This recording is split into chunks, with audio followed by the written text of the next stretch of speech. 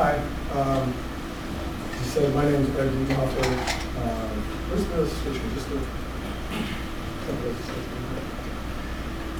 I'm Ed Dudenhoefer. I'm an engineer at eBay. Ex-Softy is another one. And let's see, I was at Amazon also, so I've been through the triad. Wasn't Google, but the other thing. And I'm going to talk about more of an operational dev level of what we do. We don't have anywhere near the traffic volume that you're talking about, like Sean was mentioning. We have 100 million range, but what we do is highly important, and it's really important for us to do parallelism and fan out in what we do. I'm going to spend more time talking about that and say operational aspects and higher level things, although I will mention all that.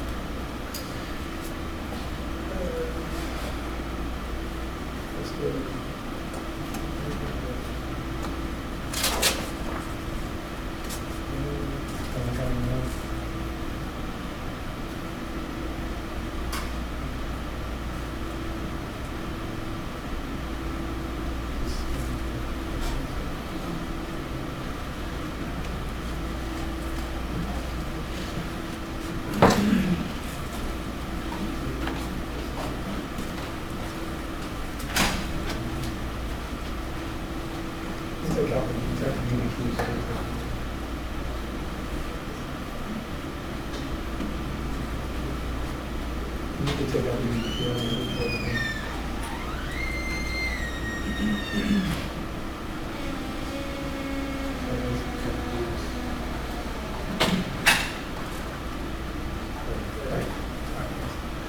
Okay, so we're going to talk about what we do and how we do it, why we are using Kafka in terms of the strengths of Kafka and how it applies to what we're trying to do.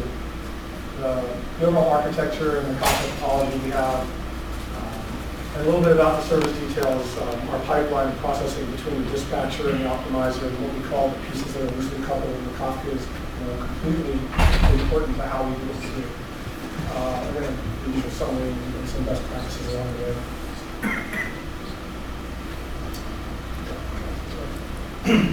Okay, so eBay, as you know, eBay is an auction merchandising site.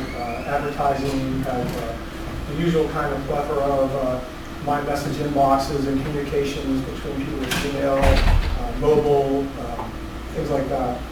And there's really two aspects to eBay in general. There's the site flows, which are many, many workflows throughout eBay that do everything from auctions management to administrative functions, customer-facing functions, some internal functions. And there's advertising marketing, which are more burst mode, large-scale burst sends that we do here and there, millions of communications at a time. All of these run off the same system. Our platform is the one that accepts what we call dispatches or messages, and tries to keep it simple and very terse JSON form, but we convert these into rendered email and other communication vehicles that we send. Some of them are done statically in HTML, some of them are done in open time. When you click on something, you'll actually go get the data on the fly from when you're in the browser, that kind of thing. So we're the platform that does all of those. And we have an authoring component called Message Studio, which is for authoring the templates that are used to do the, take the JSON and convert it into something useful and pretty. We have the runtime pipeline, which is what I'm going to mainly focus on. Okay, Message Studio authoring, open time renderings, like I said, is when you get some communications that are dynamic because you don't want auction data that's stale or some other data you've got to go get on the fly, top trends, things like that. Batch processing is really what I'm going to focus on for this talk. This is more of the traditional pipeline that just takes everything that you're doing, runs it through in large-scale batches, and produces HTML output, usually HTML, and fires that off through a variety of communication channels to the outside world, and including eBay's own account management system. The general picture, very top level. We have 3 data centers that we tend to run our pipeline in for batch. The dispatchers represent the trigger points all throughout eBay that actually send the data, just JSON dispatches from their sources. This could be any business process in eBay or anyone who's interested in actually having a communication about it or any of the channels we support. And the routing, which I'll talk more in detail about, because it does get into partitioning and clusters and custom partitioning. All of the data centers dispatchers, and there are probably 50 of these, they send to any of the 3 clusters. These are replicated. This same cluster setup and pipeline is repeated in the other data centers. Depending on a well-distributed user ID, because that turns out for us to be the easiest thing to get a nice distribution. We end up routing from anyone to whichever data center is handling a particular user ID hash. And as you can see, in the case of 3 data centers, imagine it, even though this is not how we exactly do it, imagine it being like a hash of 3, a mod 3 kind of thing, where we just want to divide everybody up. We don't put who they are, we just want to go to the 3 data centers. The same user always goes to the same place is the main thing.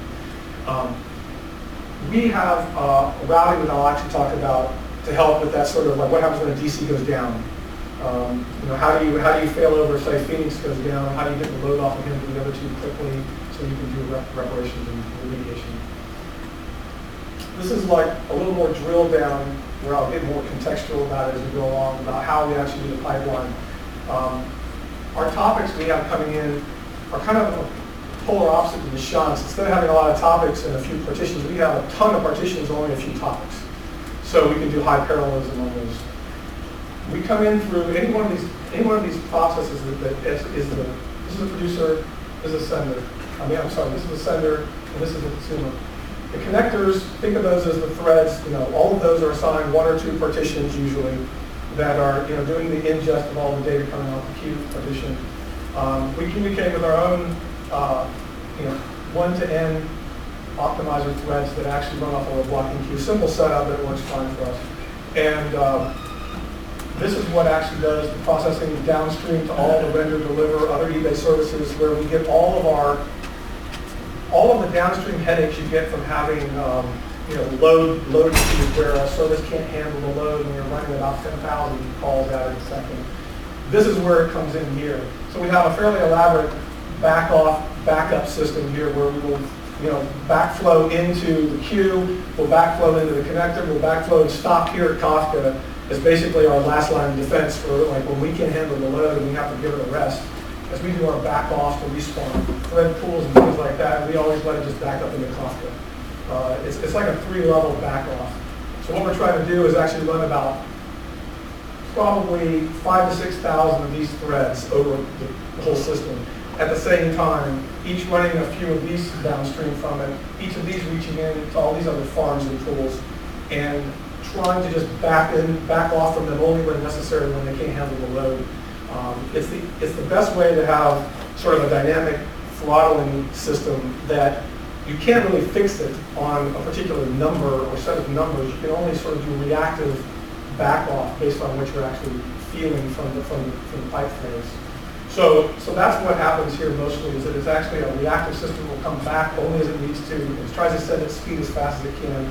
Our throughput, which I'll talk about numbers more as we go along, is on the order of probably 10 to 12,000 per second.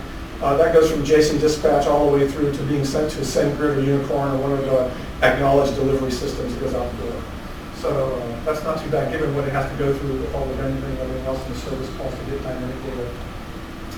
This is an interesting place to talk about, just to mention that as a future, I'll mention it later.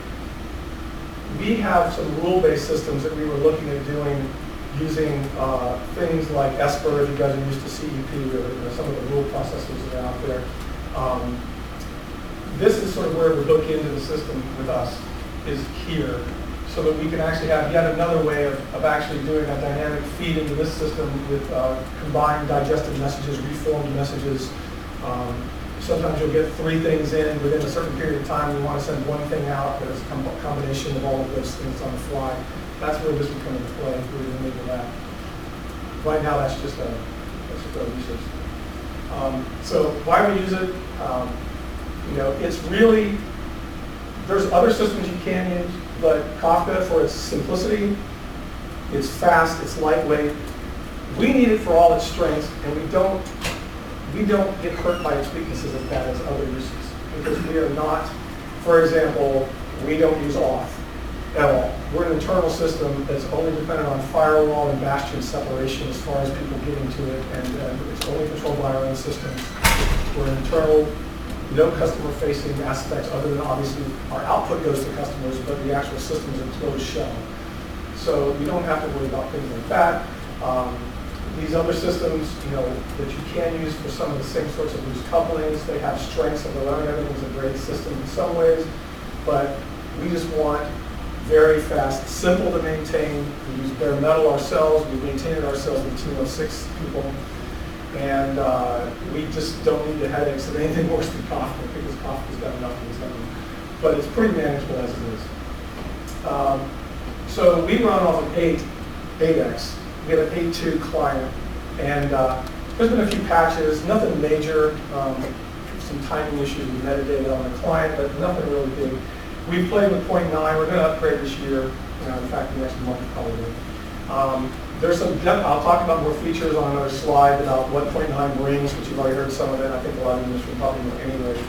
But there's definitely some strengths we can use with 0.9 that will help out a lot. In particular for me is the rebalancing aspect.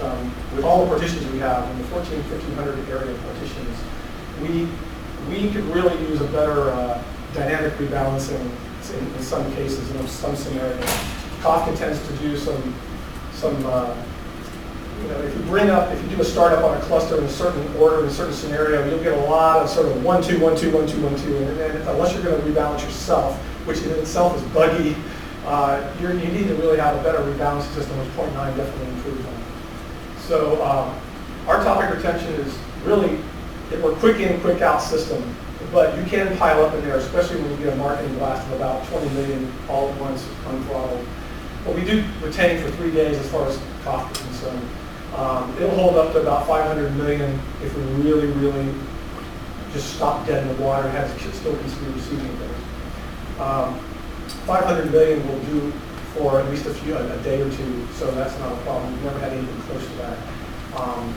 I'll talk about the topology in a second about disk and other aspects of the resource in the system.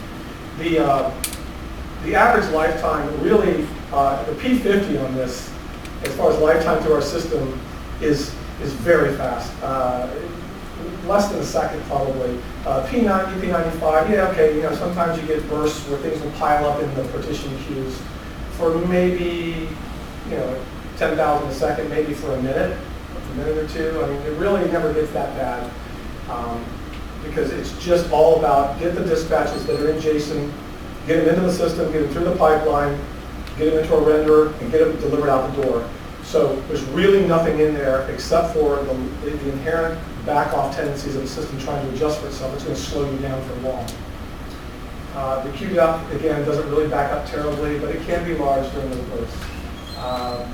So this is really all we need to have run fast and run reliably, and Kafka does an excellent job for us, especially with its partition consumer sensibility and its ability to deal with the balancing for us. That's a godsend. It's really, really nice. We don't, like I said, we don't have multi-tenancy and no topic level auth. We might enable that anyway just for be a good citizen, but right now we have absolutely no need for it, and it's just overhead to us. Although I understand why it's a big deal for people who need it, definitely, but we don't do that. So our topology overall, like I said, we have 3 data centers in 3 different cities. We have small broker sets. We only have 5 brokers in a cluster, and that's the 3 different ones. They're mirror images of each other.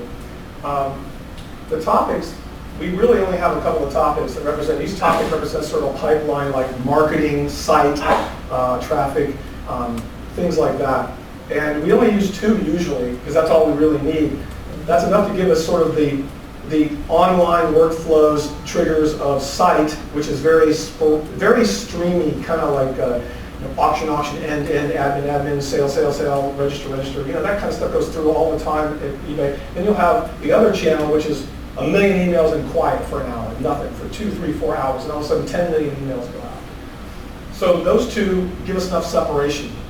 And that's the usual serial processing aspect of any queuing system, where you don't want to mix those 2 semantically different jobs together, because they'll just cause starvation.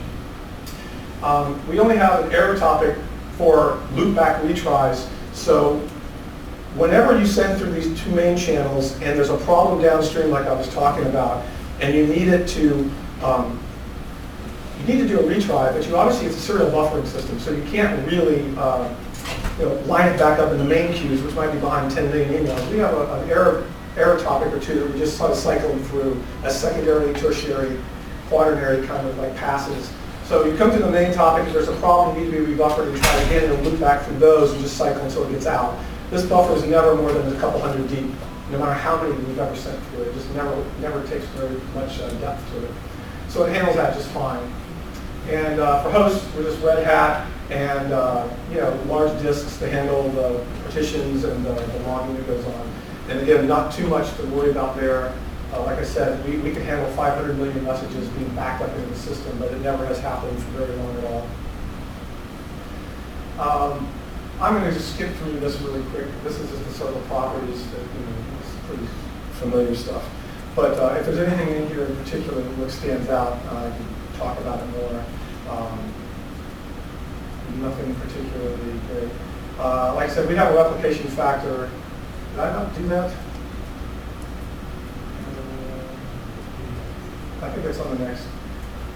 Okay, well, I'll stop. We have replication is 3. We have 3 replicas. We do Act 1, by the way. We do an acknowledgement of 1 replica, getting it, not all. Again, we play fast and loose a little bit because we are an internal closed system. We get away with stuff that would murder some of you guys if you have to deal with larger systems with more POS and other consumer-facing issues. We get away with a lot. So let's see. Okay, so this is the operational side of it. We at eBay, like most companies that are large, you guys have managed Kafka, or at least managed VMs or something. You've got hypervisors or whatever. We run on actual bare metal machines, and they are in our data centers and all, but they are just regular hard metal machines. There is infrastructure for Kafka, managed Kafka, if you want it. I mean, you can easily, there's 2 or 3 of them actually, where you can say, give me spin me up 5 boxes of this cluster, and they'll do it for you. It's mostly historical. We've been around for a couple of years, and this sort of predates a lot of what now is possible with some of the support teams. So we may move to that, but right now we do it ourselves. So our team of 6 guys, like I said, we just manage the whole box. We do have host-level metrics and other things like that being monitored and alarmed on at that level. But for the most part, we take care of the machines ourselves, not a problem. The main things that we usually get alerts from and that we worry about is just under replication of the partitions. The queue depth going crazy on us, which has only really not happened very often. And obviously, there's certain expectations you have on certain kinds of queues that you're going to get. Like I said, the marketing queues, the deep queues are going to get, they can back up into the million range if you're unthrottled input. The site queues, much lower. If they get over a couple hundred, that starts to be a little bit, let's watch it. So we have different thresholds for the different purposes of the pipes. And the usual, like I said, host, the heartbeats and things like that, and audio cases that we check on Zookeeper and Kafka. Remediation, restarting Zookeeper, upstart it, once in a blue moon. It doesn't take much. It's really never been that big an issue for us. But, maybe we're lucky, but we haven't had the kind of problem that other people seem to have with losing offsets. Replacing the hardware, which hasn't even happened for me since I've been there. And by the way, I've been there, under a year. So let's talk about the processing itself. I already mentioned the whole site marketing, the sort of impedance mismatch of trickling traffic versus batch blowing traffic. The error topic loop back. The 100, 200 million messages a day, we'll be up to a lot more than that this year. We could go even higher. The whole point of the system is to be completely horizontally scalable. I mean completely. If there's any SLA service or box in this entire setup that doesn't scale horizontally to a fairly decent degree, I wouldn't say completely linear, but close to it, then we've got a failure in terms of design. So all of those services I showed you in that first picture, between our pipeline services, which are many, many boxes, and then of course the downstream services we're calling, all of those are pools and farms that need to be responsible for being horizontal scale out and capacity growth if they're not handling the load. So we'll react to it and actually back off and sort of, buffer and sort of get through it, but we will contact them and try to get them to grow their pools if they need to so that they can actually not do it tomorrow if we're having a problem. This is usually the problem in holiday time and other high seasonal traffic times when things go triple, quadruple through the roof. So, like I said, it's a JSON message transformation process. Starts off in the simplest form possible so that all sorts of clients and trigger sites around the entire company can easily send message inputs to us in JSON form. It's very, very simple. But it ends up going into our template rendering with FreeMarker. We use FreeMarker for our template substitution for most things, component-wise. It's a typical authoring environment. I have a demo if I have time, but it's, you just lay out components WYSIWYG, and you get your data substituted and you get your outputting in. So Spark. Okay, Spark wasn't available when the system was started. I think when Spark really go into it, so about 2014, a couple of years, right? Spark. So the thread pool and control aspects and the task management that you would normally consider something like a Spark to do for you, we just do ourselves. And again, it's that fast solution. We get away with it because what we need to do, we do really well, I think, and we get all of the right knobs that we need to tune, and we don't have to rely on some other system that doesn't want to do it the way we want to do it.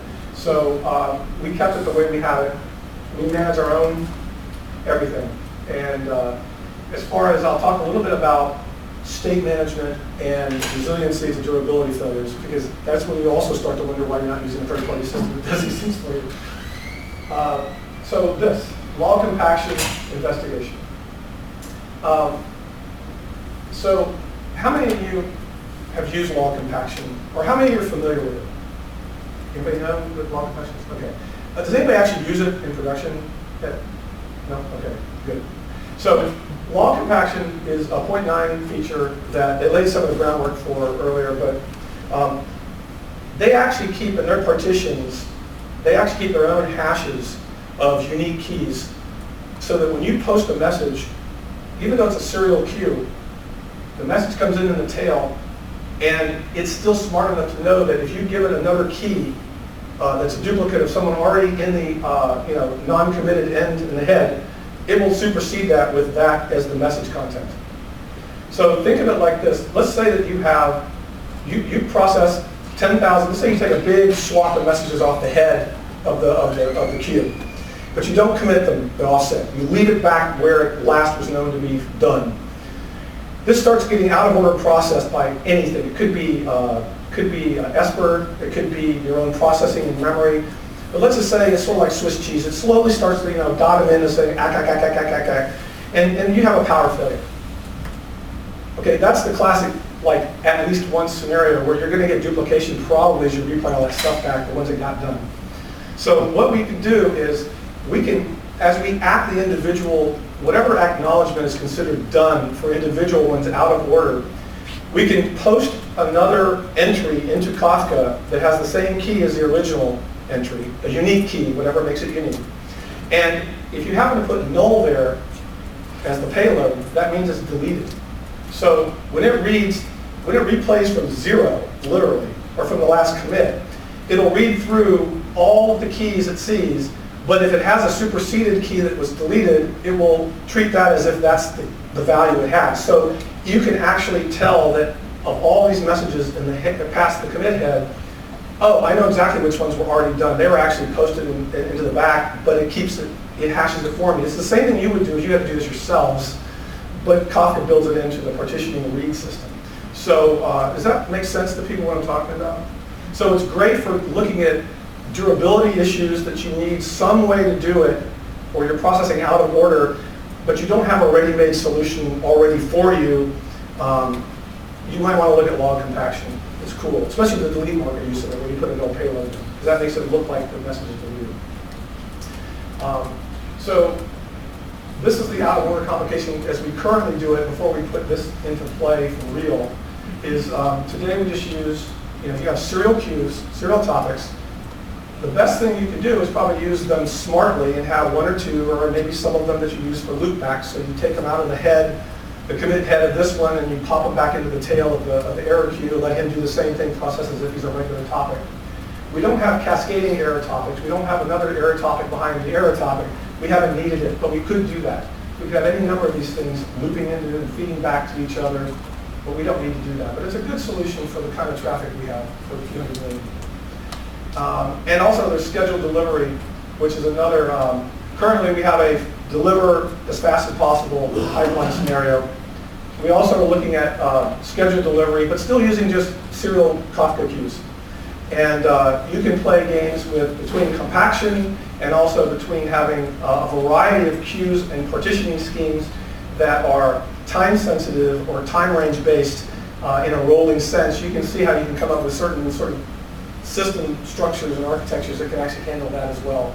But we've been looking at that, and we haven't implemented those yet, either of these things. These are features, really. So a dispatch is, like I said, it's our JSON structure. We just pass along service calls. Everyone in here who's done hashing or custom, how many people use custom partitioning in Kafka? Okay, so we have 1,400 partitions, and we do custom partitioning on a well-distributed, our user IDs are random enough and they're distributed enough to where we just use those. That's our partitioning scheme, is to mod those in a way. And that's good enough. That gets us into a nice separation across all the partitions we have. We have enough threads, I'll talk about that in a second, so that we end up with 1 or 2 partitions per consumer thread. That's what we want. We want high throughput and super high parallelism across the system. This is a descriptive user and metadata state. So the dispatches actually contain user input data, the source of all the template sources and things like that, as well as there's some hierarchical metadata that's also embedded in the JSON dispatch. It carries around as an extra payload throughout its processing lifetime through Kafka serialization using protocol buffers. I mean, we carry it around always because it's our state that carries around things like how many retries we've had, audit event timings, last event. It's nice for those cases where if any of you live in a world where your logging system doesn't know how to correlate between the producer side and the receiver side of a coupling queue, you'll love this sort of this thinking. Normally, SOA processes, when they talk to each other in service call to service call chains, most systems in most places like eBay, they've got an elaborate system for logging and generating, on the request, the response gives you a unique ID back. You keep the chain going. You can kind of log across the chain and view the logs later and sort of correlate them historically. But you also can run into problems in some places, at eBay, we kind of have this problem a little bit, where correlation across loosely coupled systems, whether it's at rest in a database or at rest in Kafka, or going asynchronously from a queue to the receiver of the queue, there's nothing to help you tell, like, I went from here to here, what happened, where's the timeline, just like it is in an SOA chain. So we have that handled because we actually keep the metadata inside the dispatch that helps us do that correlation ourselves. So we can give an exact timeline of when it was created, when it was put into the queue, when it was received out of the queue, all the way through rendering, delivery, and do averages and metrics and the usual stuff across all of that. And all of that passed through an SOA chain, back into Kafka, back into an SOA chain, back into DB and Kafka. It's easy to use curl, the usual tools for testing and debugging because it's straight JSON. Typical example, nothing earth-shaking. Protocol buffers, is standard for anybody doing queuing, and whenever you want to put a message in, it doesn't have to be JSON, but if it's textual, it certainly needs to be compressed in some way unless you don't find the space. We use a typical protocol buffer scheme for doing hierarchical JSON. That's basically most of it right there. And let's see. So as far as bigger numbers go, we have 48 hosts normally processing in parallel with at least 100 threads, 100 to 150 threads each. That ends up being a couple, 5,000, 5,400, 6,000 threads. Running with partitions about 5,400. So we want to have, let's see, I'll talk about that. The next slide talks about the exact partitioning, why we have the numbers we do. The DC based, so this is the best practice, I guess you could say.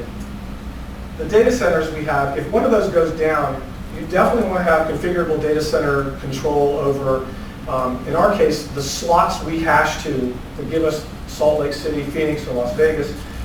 We can have as many of those slots as we want, assigned to whichever data centers we want. So if Las Vegas goes down, we can either shut it down to like 2 slots, or we can make the 3rd slot repeat one of the other data centers. We can basically just configure that, and that's where all the hashes get assigned to as we dispatch our hashes originally to the different data centers. This is live being supported, so obviously if we have an emergency and something happens, we immediately can switch that off, change that, and immediately takes effect within like a second. So that's how we control that data center routing issue of having the data center go down for us.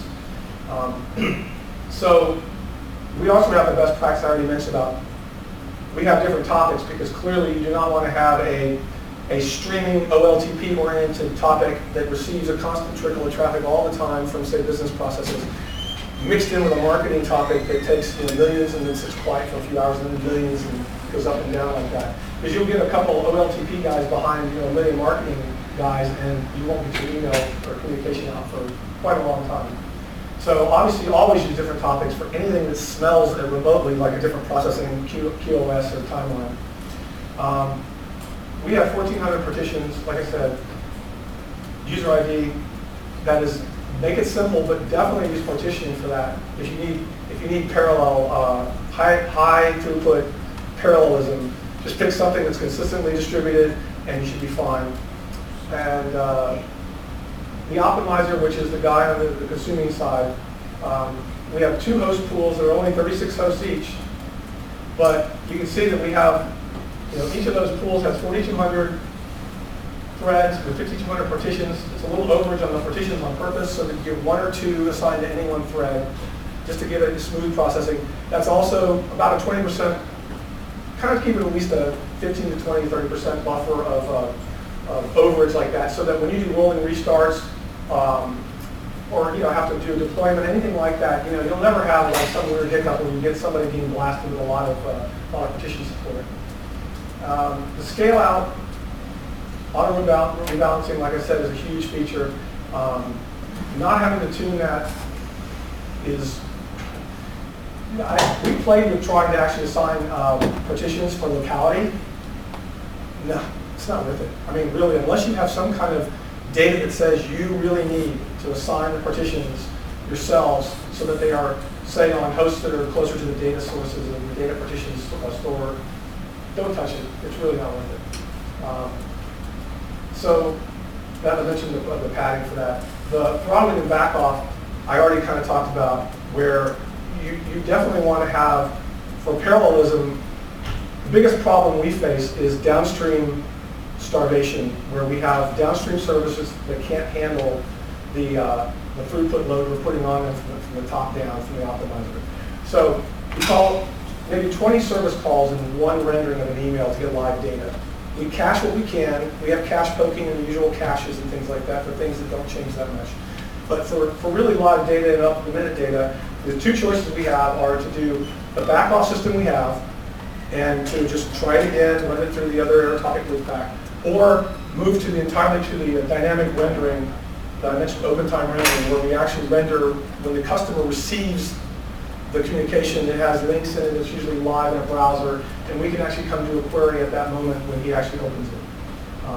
We do both of those actually from the system. So the blocking queue I already talked about. That's just a normal case of what do you use between 2 thread pools when you want resilience. And like I said, that is a candidate right there. That blocking queue is a candidate himself for using a log compaction buffer. If you really are worried about losing something that's sitting in a blocking queue between those thread pools, if power goes out or whatever, then you might want to let it out.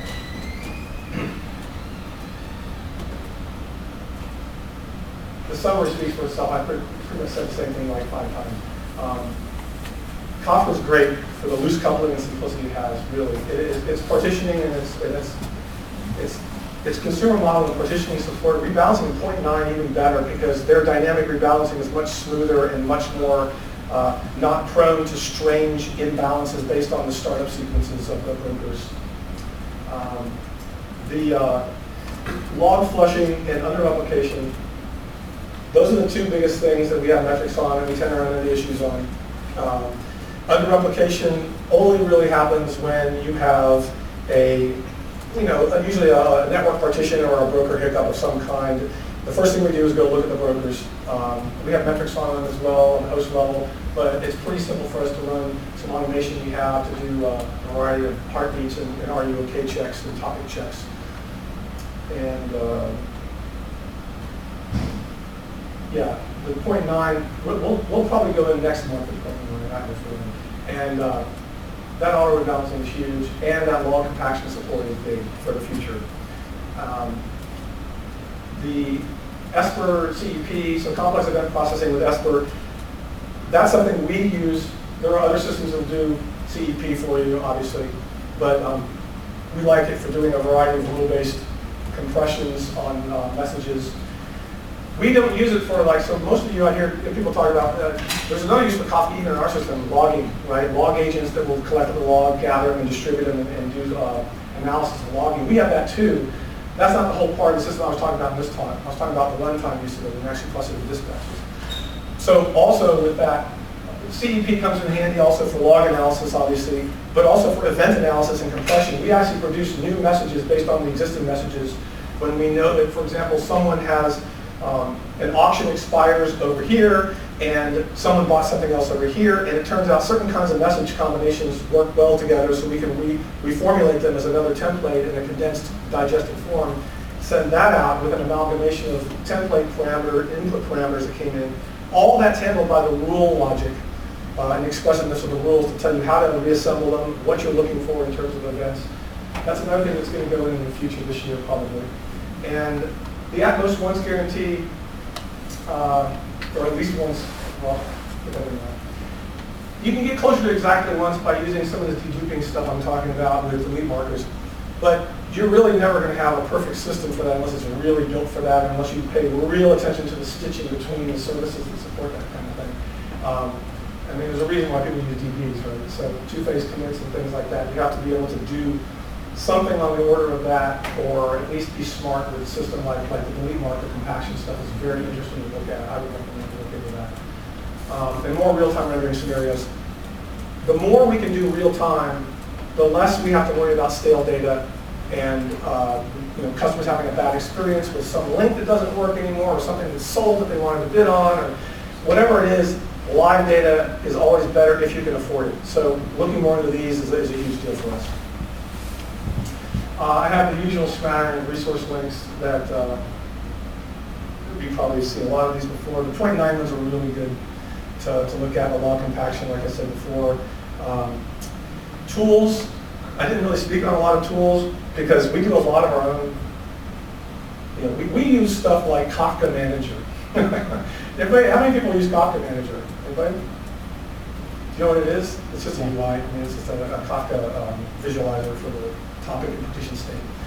And we roll our own like JMX and Yammer kind of like event monitoring scripts that we look for certain patterns and trends. We'll hook them into our system at eBay, known as Sherlock, for doing event rationalization and analysis. So I kind of flew through that because I knew I had a lot of slides. Is there any questions? The reason why we don't jump directly to .10? .10? Yeah. So why didn't we jump to .10? We were playing, we know about .10, but we played with 0.9, and we were focused on its new feature. We were focused on checking out its rebalancing improvements as well, and also its auth and its, we checked out its auth to see if we want to go into it, and we checked out its log compaction a lot. And 0.10, we just haven't seen, I have no reason not to, as far as I know. I don't know enough to even comment really, but if it has all the same features plus more, we could move to that, but we were already playing with 0.9 as the next upgrade. Functionally speaking, the leap from 0.8 to 0.9 is a much bigger deal to us than 0.9 to 0.1. So if and when we go, I expect the biggest payoff and the biggest the biggest pain point right now for us is 8 to 9. Going forward from there, it would be a lot more malleable for us. But right now, we're having enough problems just moving off the other one. It's mainly it's the picking the right target for us, which is the big point is 8 to 9 for us. That's all. Do you have one error topic per topic, or this is like one error topic for all the topics? Most of what I showed you with the 2 main topics that kind of use the same error rebuffer look like, they do actually use the same one because we don't need to have them separated. The volume that ever hits the error buffer has never been high enough to cause that sort of serial starvation problem that the main topics will cause. You have 10 million hit the marketing buffer, but he never even causes more than a few because the back-off system we have just never gets that far. We have 3 levels of back-off in those processes across 5,000 threads, 6,000 threads. They all slow down a little bit like this, but no one ever really croaks for very long. So we haven't needed it, but it's all configurable, being configurable, and we could even have error topics for loopback amongst partitions, but we haven't needed it. So, yeah. How is Kafka Manager? Pardon? How is Kafka Manager working out for you? Oh, it's kind of it's okay for just doing simple like visualization of Kafka and the topic setup, creating a topic. It's mostly a visualization of the same scripts that come in the local Kafka bin kind of stuff in visual form, in interactive form. I would not recommend it for if you're going to use a lot of Kafka's metrics, like a lot of its live metrics. I wouldn't turn those on. They let you turn those on and monitor those to a degree. I wouldn't do it in there. It's a little expensive on the UI the way they wrote it. Okay. If you need Kafka's metrics, just do it yourself. You can take it yourself and use an extreme amount somewhere and monitor yourself. Thanks.